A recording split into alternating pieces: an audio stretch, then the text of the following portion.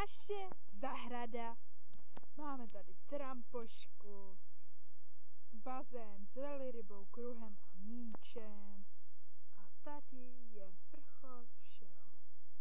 My jsme takové malé údolíčku a tady je má sestra, která se vyhýbá kameře. A netočně.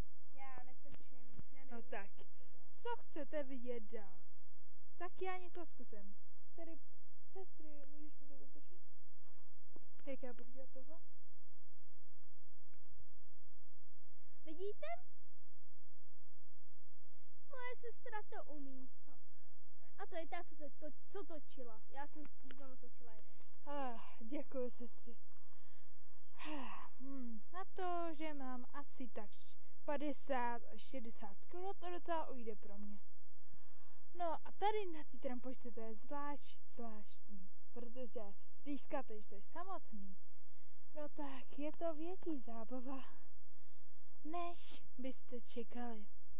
Tady máme angresty vyrostlý, tady je další angrest, tady je naše zahrádka. Schválně poznáte, co tam je? Jo, tady ty růže, ty jsou obzvlášť krásné taky. Tady je naše auto. Za chvíli má někde přijít, ale nevím jak dlouho, takže budete se mnou muset ještě chvilku vydržet. Tady je zlatý déšť, takzvaný. Pro nás je to bunkr pomalu. Vidíte tu strukturu?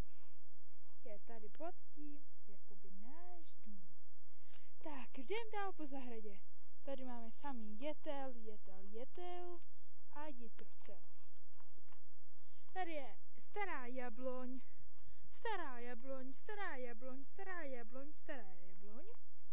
Tady u nás dělají zrovna trubky, víte?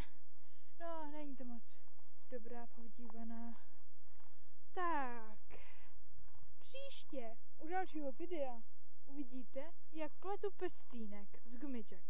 Tak čau.